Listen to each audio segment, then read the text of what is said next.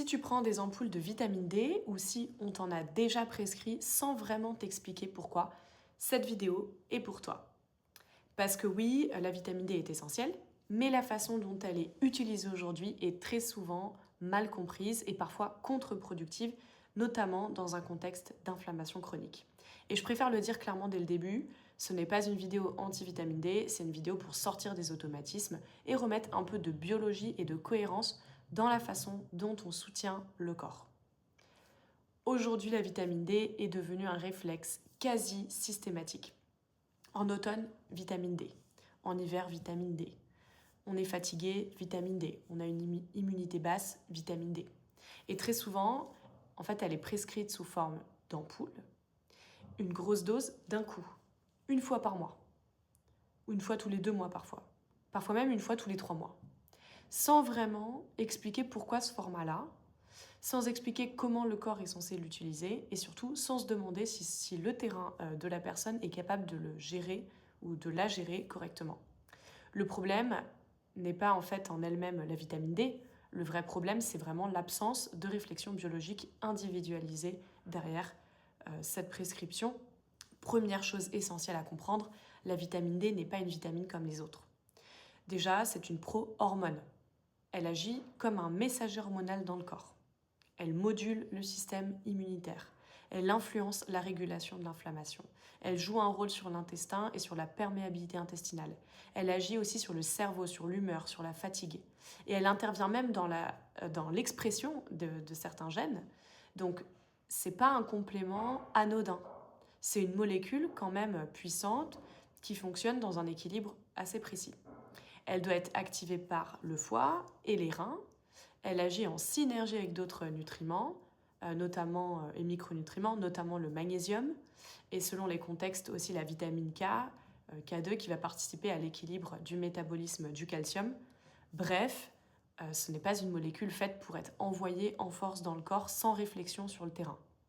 Comme ça. Le problème des ampoules, c'est qu'une ampoule de vitamine D, c'est une dose élevée, administrée en une seule prise.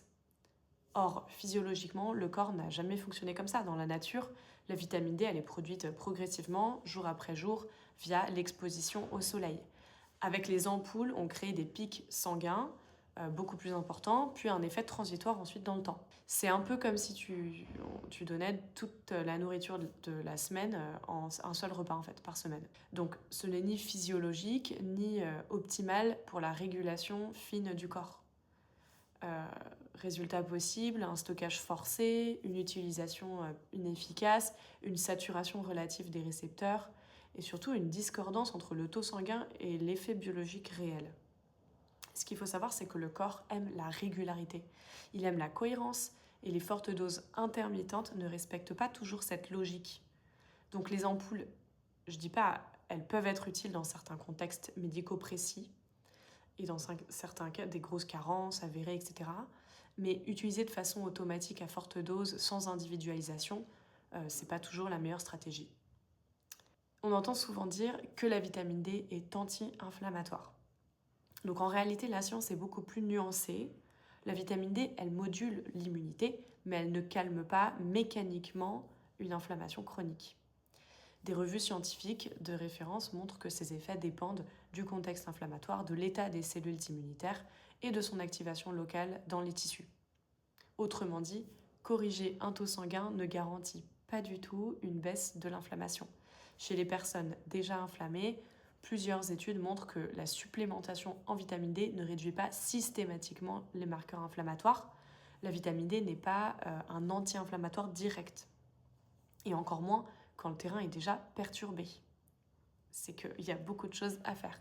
Il y a tout le terrain à venir rééquilibrer. Et chez les personnes atteintes de Mickey, cette notion est encore plus importante. L'intestin est inflammé, la muqueuse est fragilisée et souvent perturbée. L'absorption, est souvent perturbée et le stress chronique, très fréquent après des années de maladie, perturbe aussi l'activation hormonale.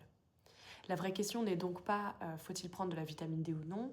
La vraie question, c'est comment soutenir l'ensemble de mon terrain et comment faire en sorte qu'il soit aussi capable de l'utiliser intelligemment.